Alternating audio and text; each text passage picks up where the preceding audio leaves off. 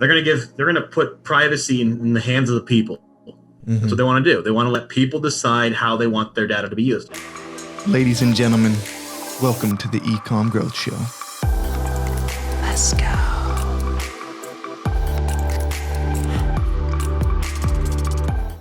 Ladies and gentlemen, welcome back to the eCom Growth Show. I'm here with Daniel Stafford and Wyatt Lowe. And last week we spoke about, viewing change as actually something that's positive. And we're in a time of year and in a time, unprecedented times in regards to change. And we're in a booming industry that's rapidly changing. And so we really spoke to the mindset of using change to grow and to not fear it. But you still need to be prepared. And so we've brought on Wyatt, and he is our director of special ops. Basically, he is he coaches our team. He helps run all of our ad strategists, really drives and pioneers strategy as it grows and develops. So Wyatt, I kind of just wanted to dive a little bit more into the details today and hear what are some of the big changes you see coming, and how are we preparing for those so that our clients can, not only not be fearful of those, but actually take advantage of those. Sure. Well, I think right now, it's in the advertising world, the headline is the iOS 14 update, right? That's the major big breaking news. And we had known about it for a while. We've known since around June of last year, Apple dropped the bomb. But their IDFAs are going to change. They're going to put privacy in the hands of the people. That's what they want to do. They want to let people decide how they want their data to be used. And there's this stigma between people who are just naturally uninformed, not people who work in our industry, that believe that data is sold, right? People believe that Facebook or Instagram, they're selling my data, and that's just so false and wrong. It's not what happens, And so we're preparing right now, and go ahead. Well, it also feels like it's not only just that their data is being sold, it feels like a threat to humanity to them. Yeah, exactly. You know what I mean? Like the government's following them and tracking them everywhere. Yeah, it's like, dude, no one really cares that you looked at that brand instead of this brand, and it's only going to help your user experience. And yeah. I mean, there is some things that I know people get the jitters about that are, valid concerns, but for the most part, like you said, there is a huge stigma around it. Well, and we're in unprecedented times too, where we've never had to worry about our own privacy when it comes to the internet before. So it's all kind of new rules and regulations, so much speculation on what's right, what's not right. And we're kind of all in this together, pioneering it together. So I just want to throw that in there as well. No, you're right. And I think that's one of the things that, unfortunately with that, the flip side of that coin too, is when you have all these people working more or less towards the same goal, across the industry. There's other agencies that are doing what we're doing or similar, or trying to give people, equip them with the knowledge, right?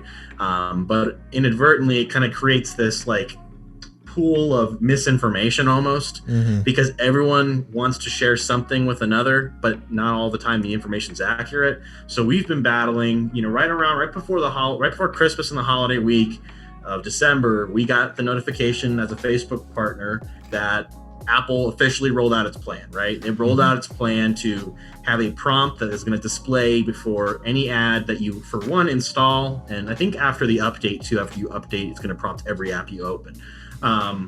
And it just all of a sudden information started flooding the networks, flooding the channels, all the platforms we follow, all the platforms I follow, and it was just all so different in a way. And I had, I think the team, there was a general a concern, okay, what are we going to do? How do we deal with this, type thing. But the first thing I said is, for one, we got to just mute the noise, right? You got to mute the noise, really find out what is really happening. And so in terms of the biggest change, like I said, going back to the iOS 14, there's so much that's changing. There's so much that, I know obviously Facebook has really openly said how against it they are, right?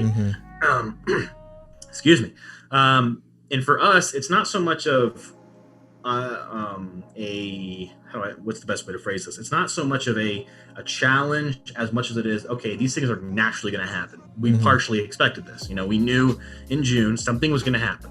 we were told in October something was going to happen. We thought it was going to be October, but then it was pushed back indefinitely, and then boom, here comes December, January, and it's happening, right? Mm-hmm. And this is only going to happen even further. This is only going to happen more and more and more over the next few years. Privacy is a touchy subject, right? Already, when we talk to our Facebook partners and just people in the industry, both internally and externally outside of Shopanova, people know that in the next few years, the Facebook pixel is going to dissipate entirely, right? It's all going to be server-based event tracking with the conversions API, things like that. Because, already last year, I think in like October, Safari installed, cookie limitations to your browsers, things like that. So we're preparing right now internally what the best step forward is, how we want to coach our clients to adhere, not adhere, but just adapt more or less. And I think at the end of the day, the thought process from our team is not how is this going to affect us and pessimism and just like, oh crap, all these things are happening, like what are we going to do now? It's more like, okay,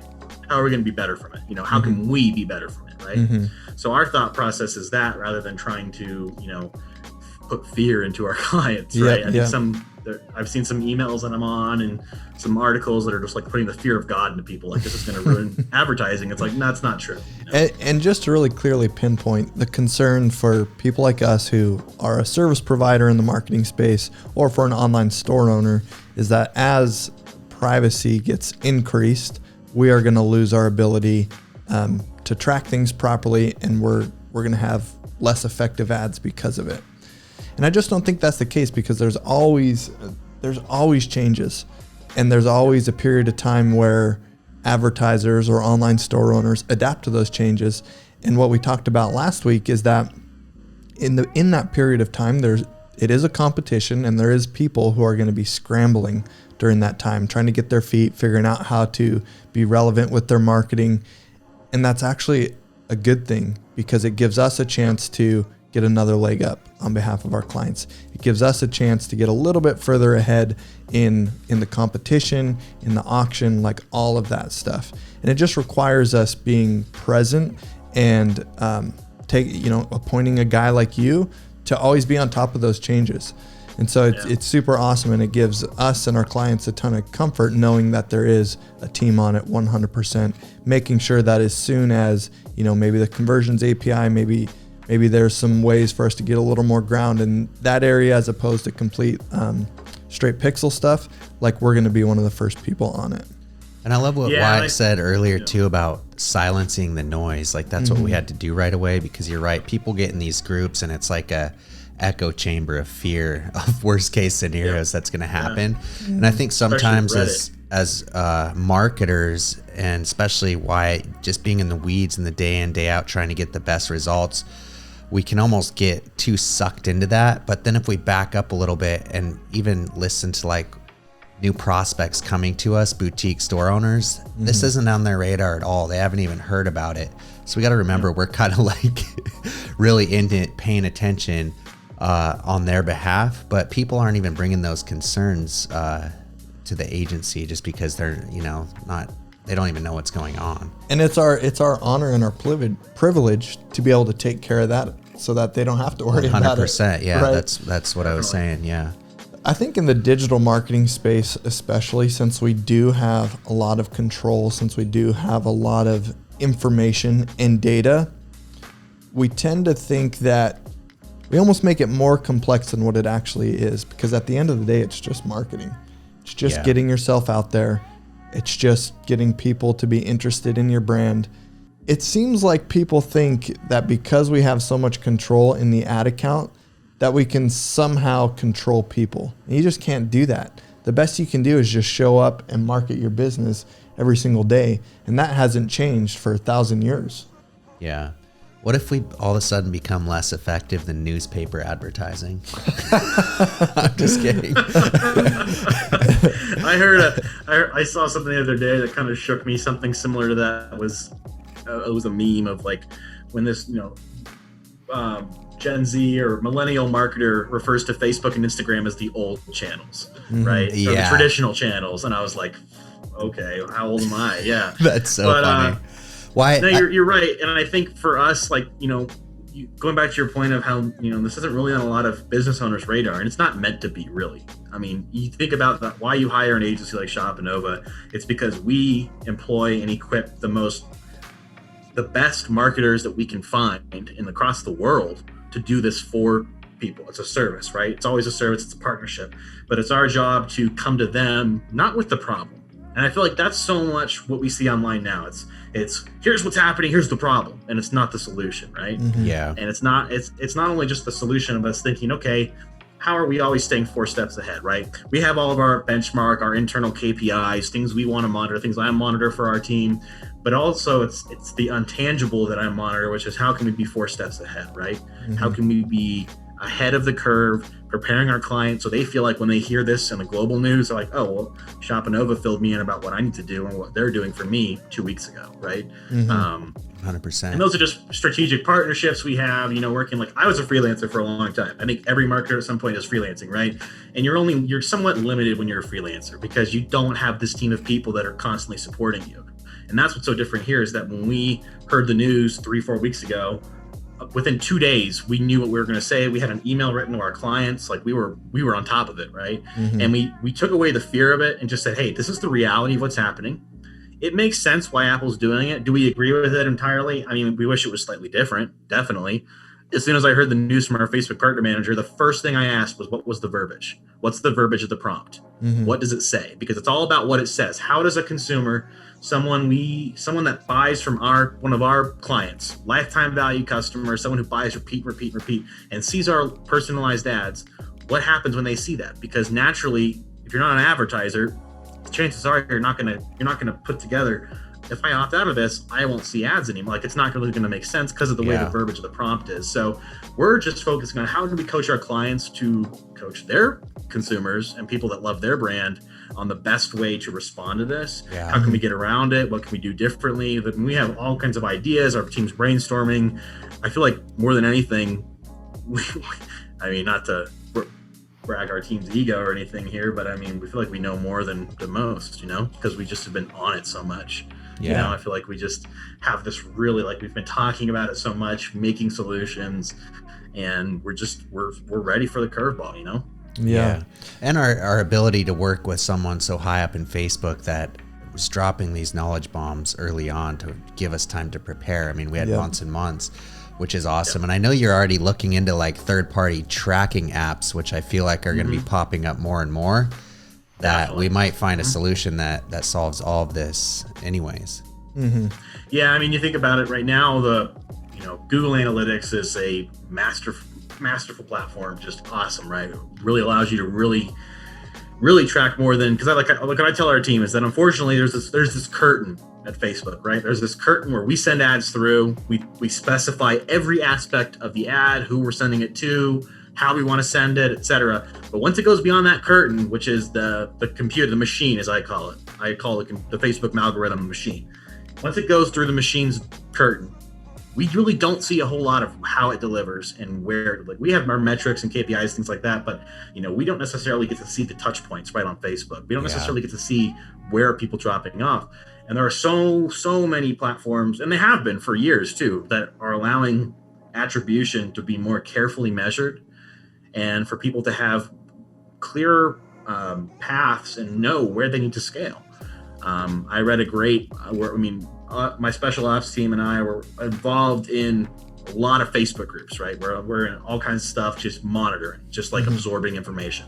And one of our most tenured strategists, Mario, brought something to me the other day, and it was a post in one of these groups about this small agency owner, talking about how they moved their agency from Facebook monitoring and attribution to a third party, and how Facebook was saying they had like a 2.26 ROAS, but in reality, the other platform was saying you were only like a 1.1, like it wasn't profitable.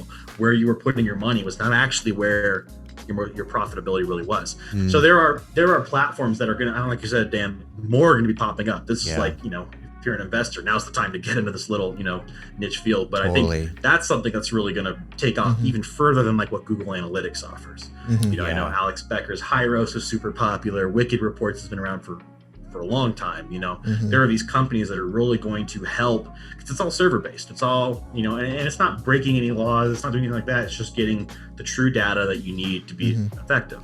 So, and at the end of the day too, like we obviously run a pretty big ad account for ourselves, but we don't ever go to Ads Manager to figure out how profitable our company is. Like we have a whole finance team for that. We have financial reporting. And so, you can't just like hope and pray that your return on ad spend in your Ads Manager is actually translating itself all the way through, into the back end of your business, because you got to account for so much more. There's cost of goods sold, there's inventory, there's all kinds of stuff.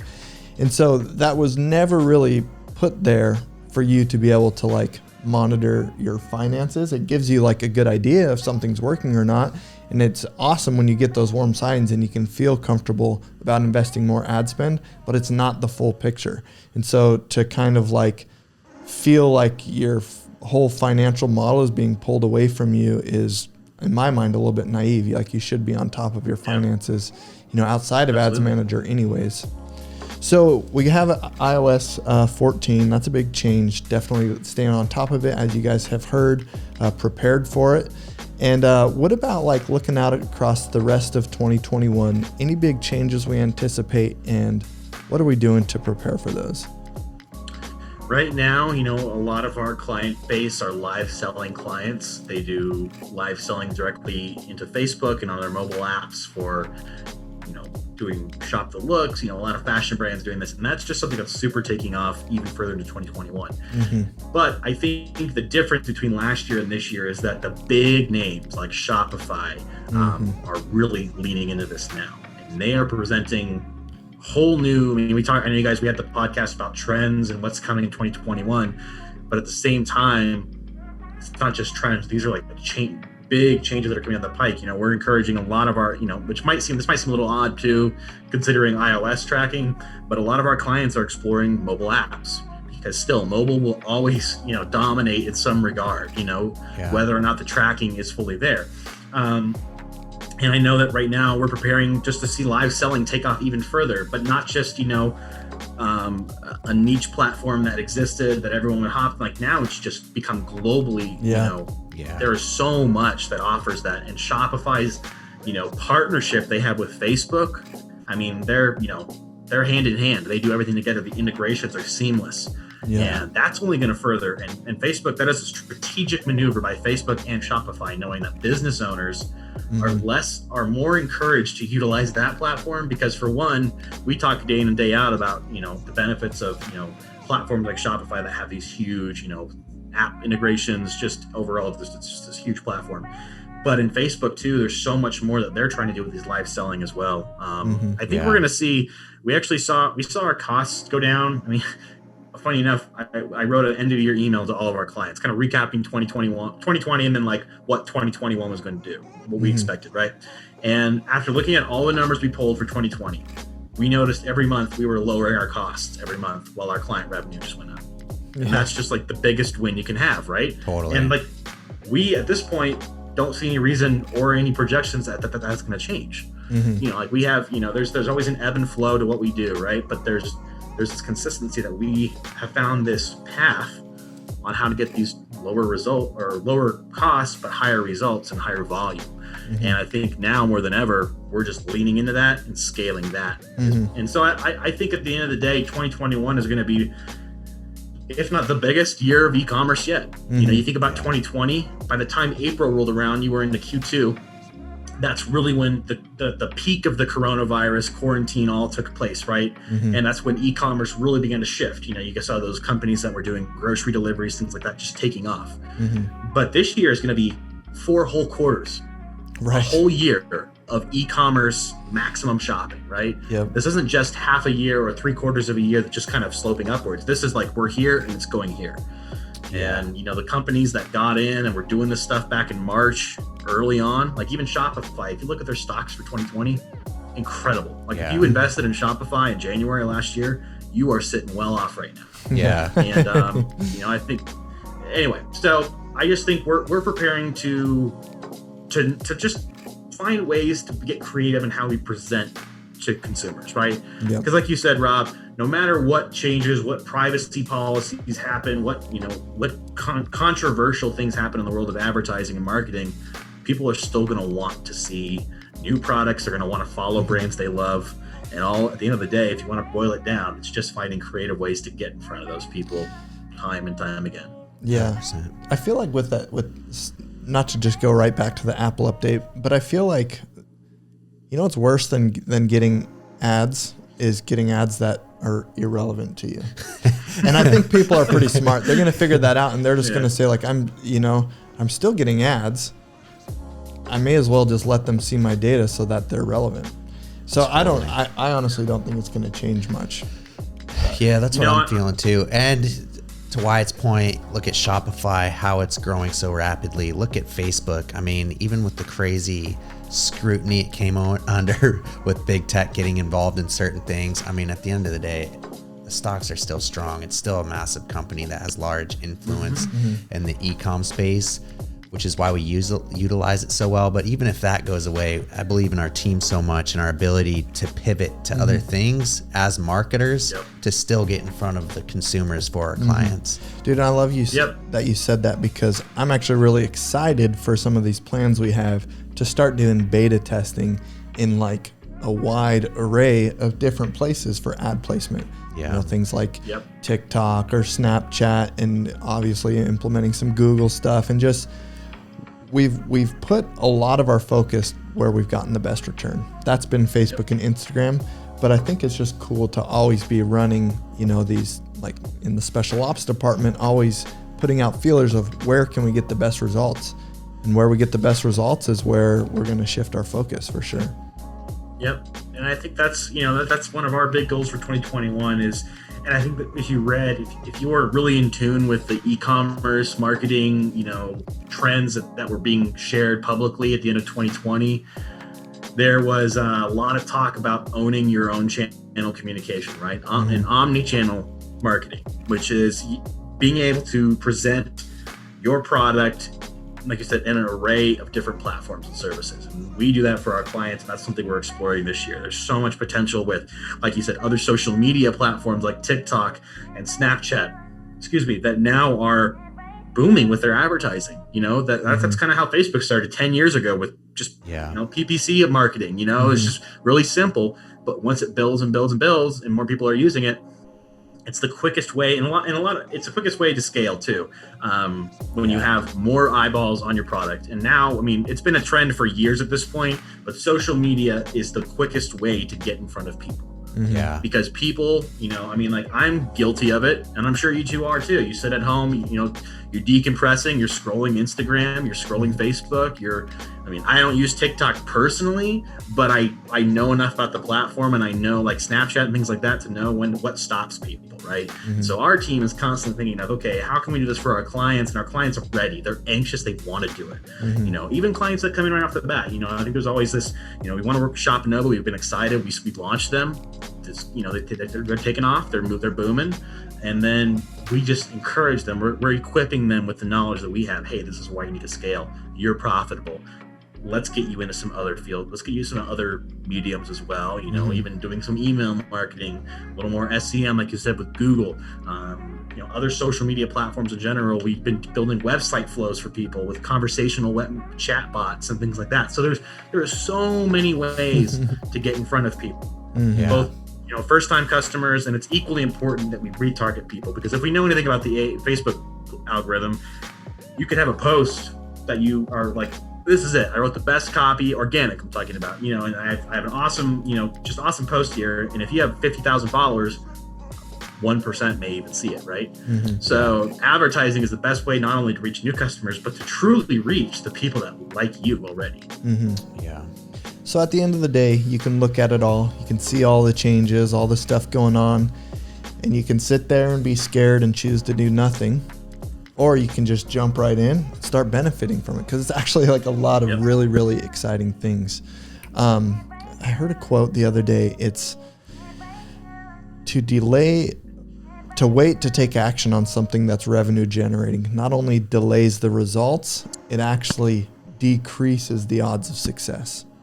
If you're on the fence, if you guys are looking at paid media for your online store, there's no better time than right now, even with all the changes. And our client results are here to prove it. Yeah.